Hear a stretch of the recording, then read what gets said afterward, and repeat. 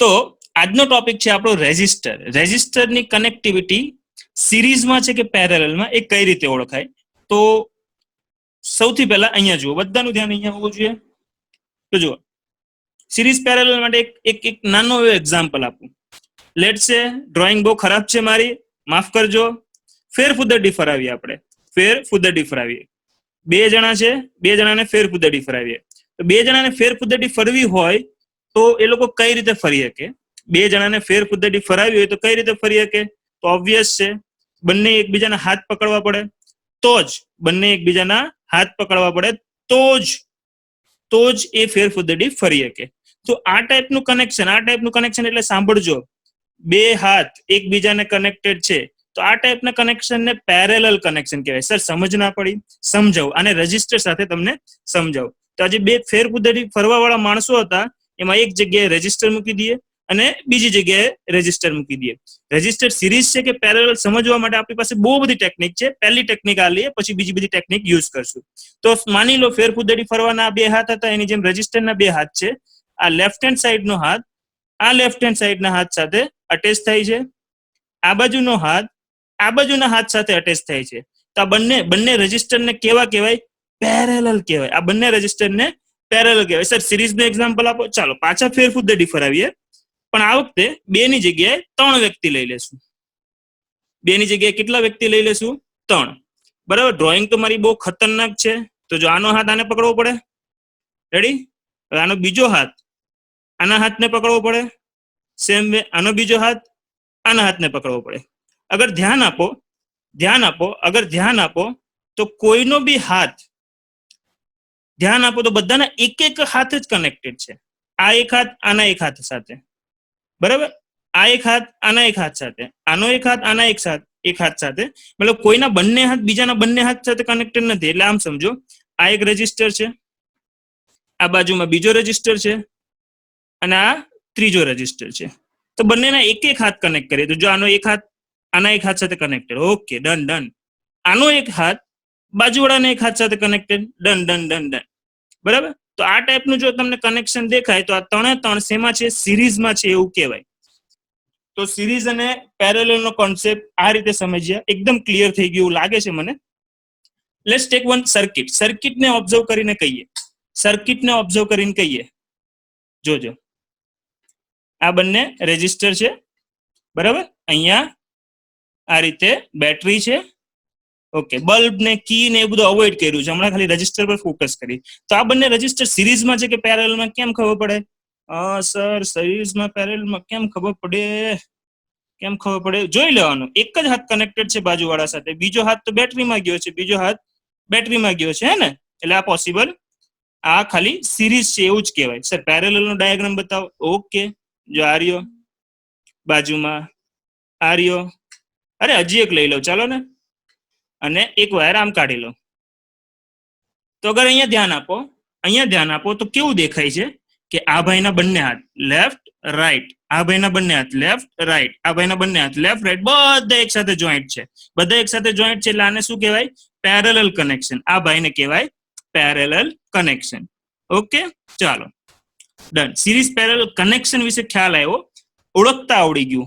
હવે થોડીક ડિટેલમાં ડિસ્કશન કરશું કે સિરીઝમાં વોલ્ટેજનું શું થાય, કરંટનું શું થાય. તો એની પહેલા હું ફોટો શેર કરું છું, જરાક વાંચી લઈએ, આપણે ડેટા જરાક રીડ કરી લઈએ. તો જો અહીંયા તમને ડાયાગ્રામ દેખાતો જ હશે.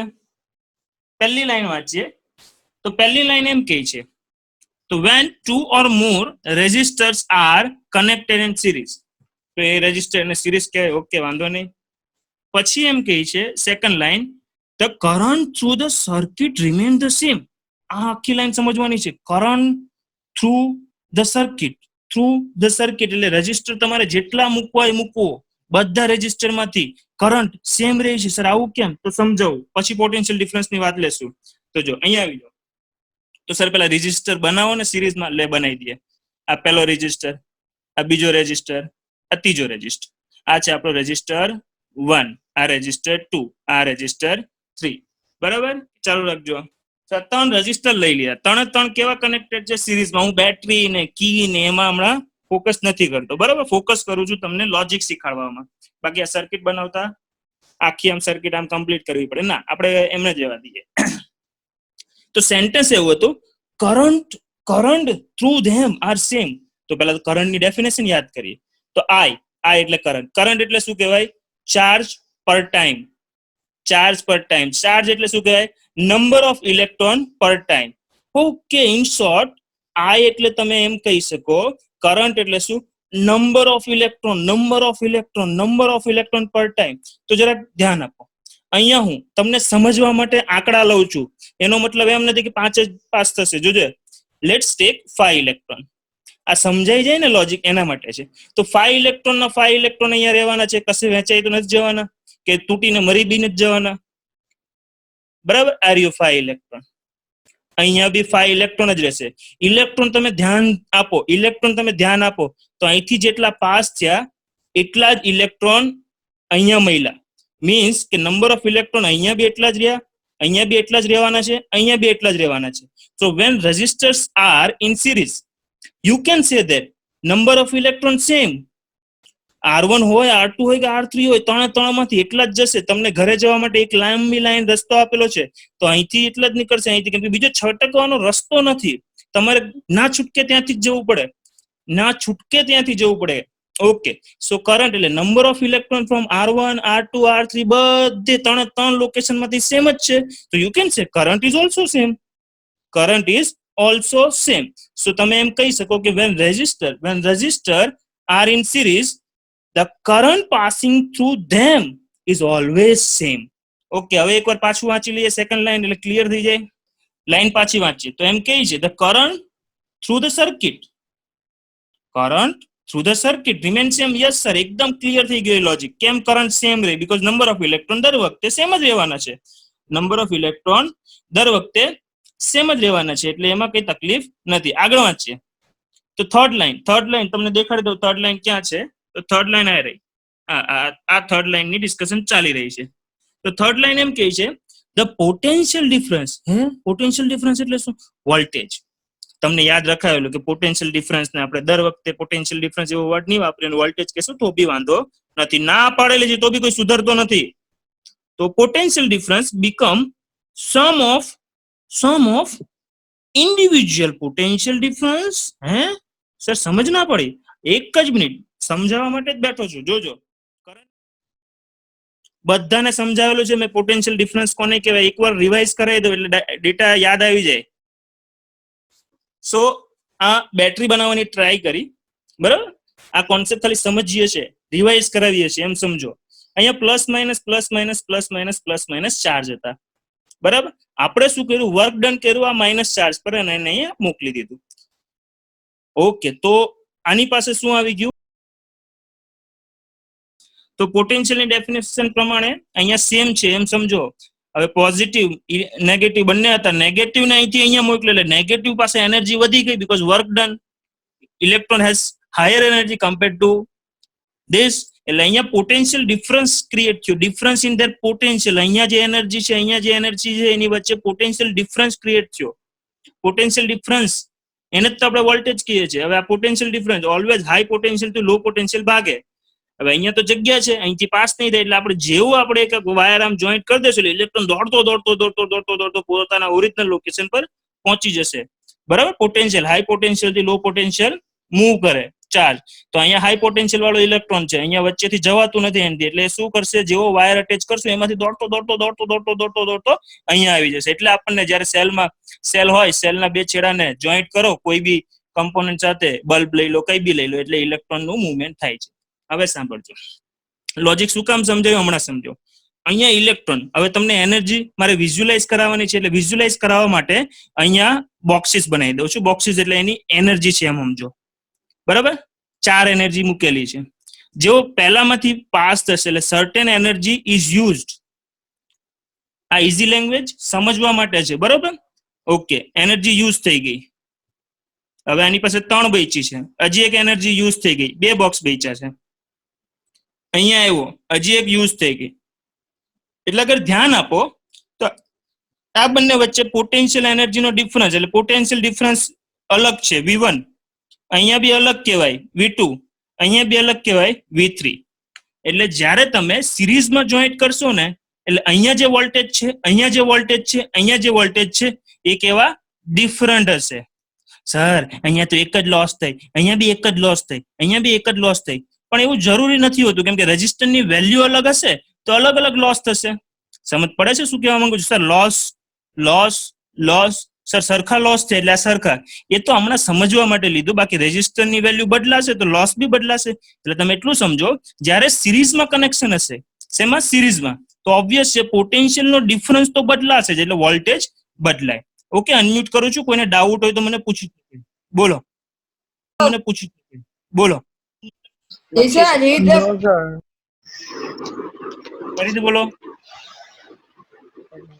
સર હા, જે રીતે આપણે એક એક નો ડિફરન્સ છે તો અમુક વાર બે નો ડિફરન્સ સીધો બે નો ડિફરન્સ હોય, પછી પાછો એક નો ડિફરન્સ થઈ જાય તો વાંધો નહીં, આપણે લોજિક પર ધ્યાન આપ.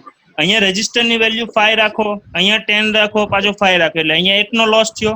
અહીંયા માની લો 2 3 ખબર નહીં કેટલાનો લોસ થાય, અહીંયા પાછો આમાં જેટલો લોસ થયો એટલો જ લોસ થશે. ઓકે, આ તો ખાલી લોજિક સમજાવું છું. આ તો ખાલી લોજિક સમજાવું છું કેમ અલગ હોય. Is it clear? Anyone having doubt now? No sir. Okay દીકરા, તો હું આગળ વધું નો છું. સર. ઓકે, તો હું આગળ વધું છું. એક એક લાઈન આપણા માટે બહુ જ કામની છે, કેમ કે એક લાઈન મિસ કર્યા ને પછી ચેપ્ટરમાં બિલકુલ મજા નહીં આવે.